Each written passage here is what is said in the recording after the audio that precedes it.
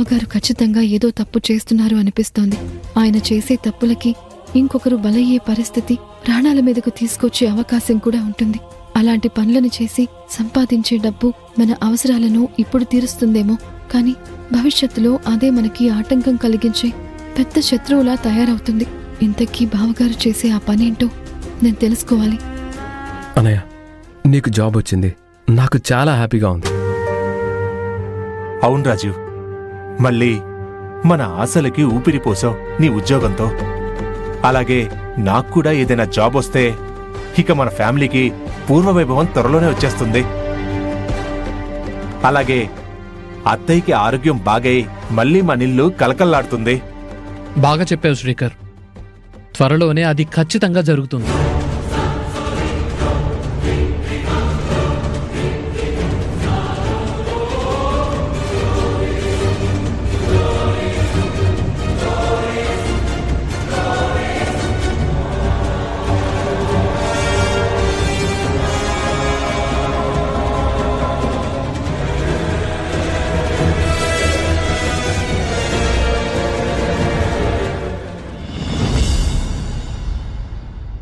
ఏవండి, ఏవండి శ్రీవారు, లేవండి, ఏవండి, లేవండి.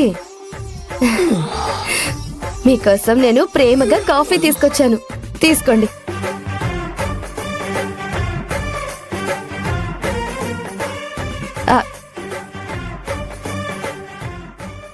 ఏంటో కొత్త కొత్త మార్పులు, వింత చేష్టలు. అంతా డబ్బు మహిమ.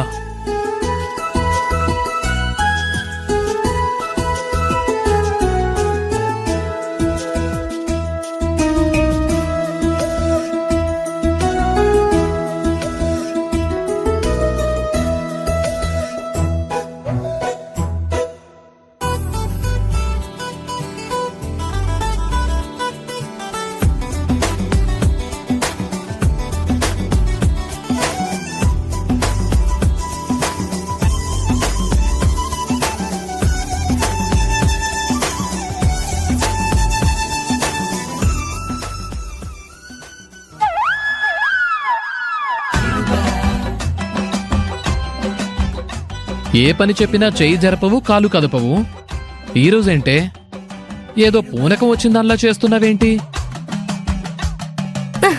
మరి సాఫ్ట్వేర్ మొగుడు గారికి సాఫ్ట్ గా షూ పాలిష్ చేస్తున్నాను. ఏంటో వింతగా ప్రవర్తిస్తున్నావు ఈరోజు. వింతేముంది, నిన్నటి వరకు మీరింట్లో ఖాళీగా ఉన్నారు, మీకు పనిలేదు, నాకు పనిలేదు. కానీ ఇప్పుడు మీరు సాఫ్ట్వేర్ కంపెనీలో పెద్ద పొజిషన్లో జాబ్ చేస్తున్నారు కదా, మరి నా మొగుడు కోసం నేను అలాగే కష్టపడాలి కదా. నీ ఉత్సాహం చూస్తే అర్థమవుతోందిలే గాని మరీ ఇంత హడావిడి దేనికి అంటున్నాను. హడావిడేం లేదు గాని మీరు కూడా రాహుల్ లాగా నీట్ గా టక్ చేసుకుని ప్రొఫెషనల్ లుక్ లో ఆఫీస్ కి వెళ్ళాలి. అప్పుడు చూడండి అందరూ మీకిచ్చే గౌరవం. అంతేకాని ఇలా మాసిన గడ్డంతో జాగింగ్ డ్రెస్సులతో వెళ్లడం కాదు. మీకోసం మంచి డ్రెస్ తీసి పెట్టాను, షూ పాలిష్ చేస్తున్నాను. మీరు వెళ్లి రెడీ అయి వచ్చేలోపు అన్నీ రెడీగా ఉంచుతాను. రే రాజీవ్, నాన్న వెళ్ళి స్నానం చేసిరా, నేను టిఫిన్ చేసి పెడతాను. అత్తయ్య గారు, మీకెందుకండి అంత శ్రమ, నేనున్నాను కదా. నీ అతి వినయం ప్రస్తుతానికి రాజీవ్ దగ్గర మాత్రమే చూపించు, నా దగ్గర చూపించకు.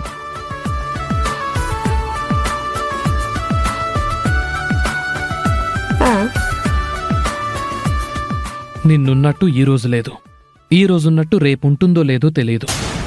అంతా డబ్బుతో నడిచే ఈ ప్రపంచంలో పెళ్ళామైనా డబ్బుంటే ఒకలా, అది లేకుంటే ఒకలా చూడ్డం సర్వసాధారణమైపోయింది. ఈ రోజుల్లో అంతా డబ్బు మహిమే. ప్రేమల కంటే డబ్బే శాసిస్తున్న ఈ లోకంలో ఎలాగైనా డబ్బు సంపాదించటంలో తప్పే లేదు. అదే ఖాళీగా ఉంటే, మంచి మనసుందని ఎవరైనా గౌరవాన్నిస్తారా? అదే డబ్బుంటే నువ్వేం చేస్తున్నావో కూడా ఎవ్వరికీ అవసరం లేదు, డబ్బు మాత్రమే కనిపిస్తుంది. అరే బావా, నేను కూడా రెడీ అయి వస్తాను. నన్ను కూడా నీతో పాటు మీ ఆఫీస్కి తీసుకెళ్ళరా. నాకు కూడా జాబ్ దొరికితే మన ఫ్యామిలీ మొత్తం ఇలాగే హ్యాపీగా ఉండొచ్చు.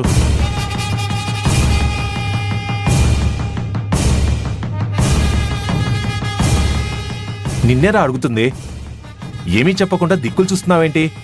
వీణ్ణి మేనేజ్ చేయటం పెద్ద పనైపోయింది.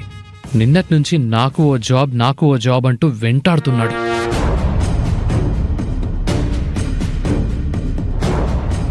అన్నయ్య, ఆయన మాట్లాడుతుంటే విగ్రహాల నుంచొని వింటూ ఏం మాట్లాడకుండా ఉన్నావేంటి? ఏదో ఒకటి చెప్పు. రాజీవ్, అవునరా, శ్రీకర్కి కూడా మీ కంపెనీలో ఏదో ఒక ఉద్యోగం చూస్తే రోజు ఇద్దరు కలిసి రావచ్చు. ఏమంటావు రాజీవ్? శ్రీకర్, కాస్త ఓపిక పట్టొచ్చు కదా. నిన్నే కదా నేను జాయిన్ అయింది, అప్పుడే కంగారు దేనికి?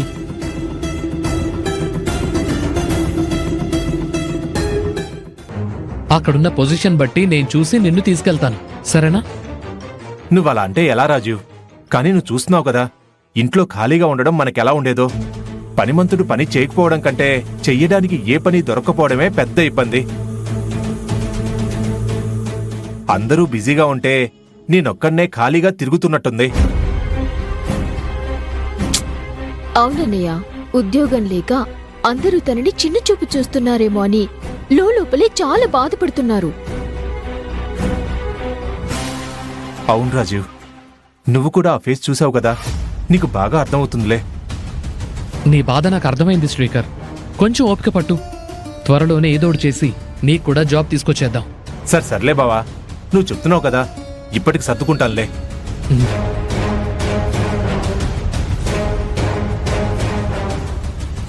రాజీవ్ బావ గారు ఎందుకు టెన్షన్ పడుతున్నారు? శ్రీకర్ అన్నయ్య ఉద్యోగం అడగగానే ఆయన ముఖంలో టెన్షన్ స్పష్టంగా కనిపిస్తోంది. ఖచ్చితంగా ఈయన చేసేది ఏదో తప్పే అయ్యుంటుంది.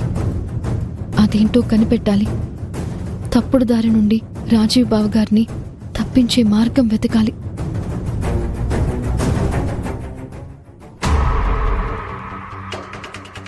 బావగారు, ఏంటవి? మిమ్మల్ని ఒక విషయం అడగాలి. త్వరగా అడుగవి, ఆఫీస్కి లేట్ అవుతోంది. అసలే కొత్త కదా, లేట్గా వెళ్తే బాగోదు. మీరు నిజంగానే సాఫ్ట్వేర్ కంపెనీలో జాయిన్ అయ్యారా? అది అభి,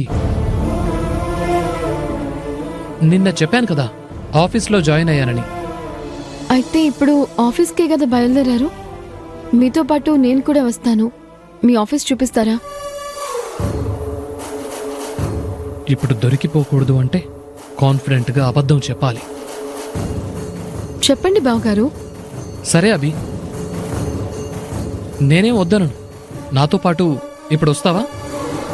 ఇంత ధైర్యంగా చెప్తున్నారంటే నిజంగానే సాఫ్ట్వేర్ ఆఫీస్కే వెళ్తున్నారా? నిజంగానే జాబ్ వచ్చిందా? నేను మిమ్మల్ని నమ్ముతున్నాను బావగారు. కానీ ఒక్కటి మాత్రం గుర్తుపెట్టుకోండి, అప్పుడు దొంగతనం చేసి డబ్బులు తెచ్చినట్టుగా మళ్ళీ ఇప్పుడు కూడా అలాంటి పనులు చేసి డబ్బులు తేలేదు కదా.